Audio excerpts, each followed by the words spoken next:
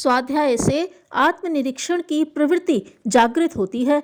सद्ग्रंथों में उपस्थित आदर्श से जब मनुष्य अपनी तुलना करता है तभी वह समझ पाता है कि मानवता के मापदंड से अभी वह कितना पीछे है, उसके अंदर कितनी मात्रा में क्या क्या दोष दुर्गुण भरे पड़े हैं।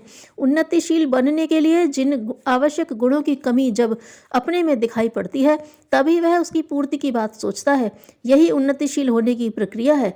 जब तक मनुष्य अपनी त्रुटियां न देख पाएगा और उन्हें छोड़कर सत प्रवृत्तियों को अपनाने के लिए तत्पर न होगा, तब तक उसकी वर्तमानहीन अवस्था में कोई परिवर्तन भी संभव न होगा।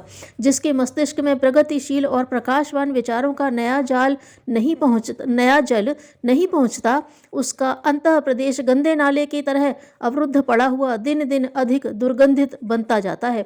मन की शक्ति विचारों पर ही अवलंबित है।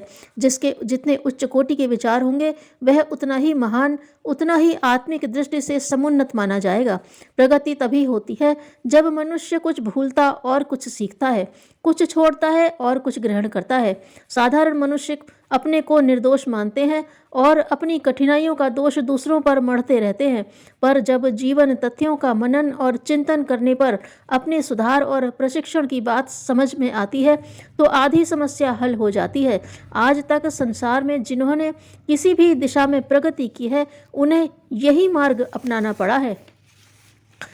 महाप्रलय की रात्रि का चौथा चरण, प्रजापति ब्रह्मा की निद्रा टूटी। परमेश्वर का स्मरण कर पुनः सृष्टि रचना की इच्छा से उन्होंने शैया त्याग की और बाहर आए तो देखा कि सृष्टि तो पहले से ही तैयार है। जिस सृष्टि की रचना की बात मेरे मन में आ रही थी वह तो पहले से ही तैयार है। यह सोचकर ब्रह्मा को बड़ा विस्मय हुआ। उन्होंने सूर्य भगवान से प्रश्न किया, देव, मैं यह क्या देख रहा हूँ? सृष्टि निर्माण की क्षमता और अधिकार तो केवल मुझ प्रजापति को ही है, फिर यह सृष्टि किसने रचकर तैयार कर दी? जगतात्मा सविता देवता हंसे और बोले, महापुरुष, यह तो आपने एक ओर ही देखा। अभी आप आग्नेय, दक्षिण, नैऋत्य, पश्चिम, वायव्य, उत्तर, ईशान, ऊर्ध्व और अधः दिशाओं की ओर भी तो दृष्टिपात करें। प्रजापति ने 10 दिशाओं की ओर घूमकर देखा तो उन्हें सर्वत्र एक एक सृष्टि के दर्शन हुए। इससे उनका असमंजस और भी गहरा होता गया। विस्मित ब्रह्मा ने कहा, भगवान, अब तक और अधिक पहेली मत बुझाइए। कृपया यह बताइए कि यह सब सृष्टियां रची किसने? मुझ जैसी क्षमता किसी में आई तो कैसे आई? सूर्य भगवान ने बताया, प्रजापति, आपकी पूर्व रचित सृष्टि में इंदु नामक एक ब्राह्मण के बहुत समय तक कोई संतान न हुई। तब उसने भगवान शिव की पूजा की। शिव ने प्रसन्न होकर उन्हें 10 पुत्रों का वरदान दिया।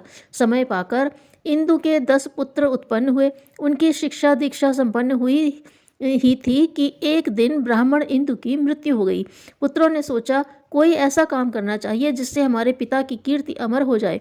उन सब ने निर्णय किया कि आज तक किसी मनुष्य ने सृष्टि नहीं रची, सो हम 10 को 10 ब्रह्मा बनकर अपने पिता की स्मृति में 10 सृष्टियों की रचना करनी चाहिए। इस निर्णय के साथ ही वह आपका ध्यान करने बैठ गए।